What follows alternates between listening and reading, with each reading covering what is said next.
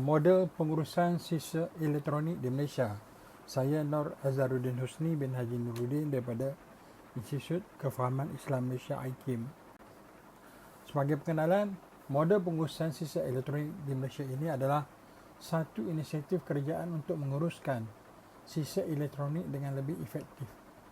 Model ini bertujuan untuk membantu meningkatkan kesedaran masyarakat tentang pentingnya pengurusan sisa elektronik dan memberikan panduan tentang cara yang betul untuk membuang sisa elektronik.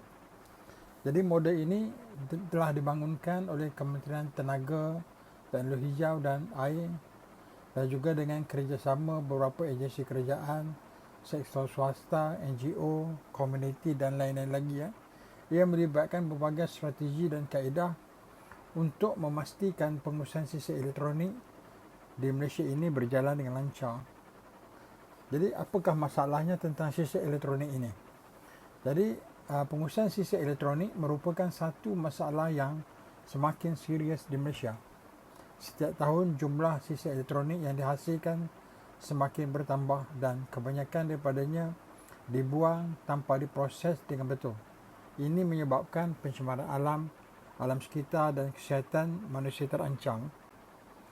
Jadi masalah utama dalam pengurusan sisa elektronik di Malaysia adalah kurangnya kesedaran masyarakat tentang bahayanya serta kekurangan infrastruktur dan kemudahan untuk memproses sisa elektronik. Oleh itu, model pengurusan sisa elektronik di Malaysia sangat penting untuk mengatasi masalah ini. Objektif kajian. Objektif model pengurusan sisa elektronik di Malaysia. Model ini merupakan beberapa objektif utama, iaitu meningkatkan kesedaran masyarakat tentang bahaya sisa elektronik dan memberikan panduan tentang cara yang betul untuk membuang sisa elektronik. Selain itu, model ini juga bertujuan untuk memperkenalkan teknologi dan kaedah baru dalam pengurusan sisa elektronik. Objektif lain termasuk juga membangunkan kemahiran dan kepakaran tempatan dalam bidang pengurusan sisa elektronik, menggalakkan kerjasama antara sektor awam dan sektor swasta dalam usaha mengatasi masalah pengurusan sisa elektronik dan mempromosikan Malaysia sebagai pusat pengurusan sisa elektronik yang berkualiti tinggi. Strategi model pengurusan sisa elektronik di Malaysia. Model ini melibatkan beberapa strategi untuk mencapai sasarannya. Antara strategi yang digunakan adalah penggalakan penggunaan teknologi hijau dalam pengurusan sisa elektronik, membangunkan pusat pemprosesan sisa elektronik yang canggih dan meningkatkan kempen kesedaran masyarakat tentang bahaya sisa elektronik. Jadi terdapat beberapa model pengurusan sisa elektronik di Malaysia yang telah diperkenalkan dan dilaksanakan oleh pihak berkuasa dan sektor swasta. Berikut adalah beberapa contoh model pengurusan sisa elektronik di Malaysia. Setiap model pengurusan sisa elektronik di Malaysia ini mempunyai kelebihan dan juga kelemahan masing-masing. Oleh itu, penting untuk memilih model yang sesuai dan berkesan untuk mencapai matlamat pengurusan sisa elektronik yang lebih baik di negara ini. Pertama, model kita semula berpusat pada pembuangan terkawal. Model ini melibatkan pengumpulan sisa elektronik yang tidak diperlukan dari sumber asal seperti pengguna, individu dan juga syarikat. Kemudian dibawa ke pusat kita semula yang diluluskan oleh pihak berkuasa. Pusat kita semula ini akan memproses sisa elektronik yang diterima melalui proses pemisahan, pemulihan dan penggunaan semula untuk menghasilkan bahan mentah yang boleh digunakan semula. Yang kedua adalah model pengeluar bertanggungjawab terhadap sisa elektronik mereka. Model ini melibatkan pengeluar sisa elektronik yang bertanggungjawab sepenuhnya dalam pengurusan sisa elektronik yang dihasilkan oleh produk mereka.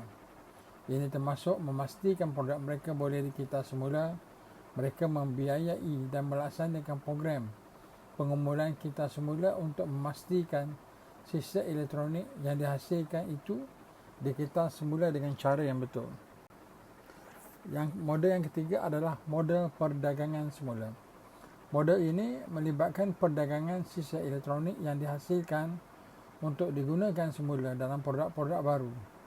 Ini memerlukan kerjasama antara industri elektronik, pengusaha kita semula dan pihak berkuasa untuk mempromosikan perdagangan semula sistem elektronik dan memastikan pemulihan dan penggunaan semula yang berkesan. Yang keempat adalah model pemulihan bahan mentah. Model ini melibatkan pemulihan bahan mentah daripada sistem elektronik yang tidak lagi digunakan. Pemulihan bahan mentah melibatkan proses pemisahan dan penghilangan bahan-bahan mentah seperti emas, perak dan logam lain daripada sistem elektronik untuk digunakan semula dalam produk yang baru. Dan yang terakhir adalah model yang kelima, iaitu model kita semula berdasarkan komuniti.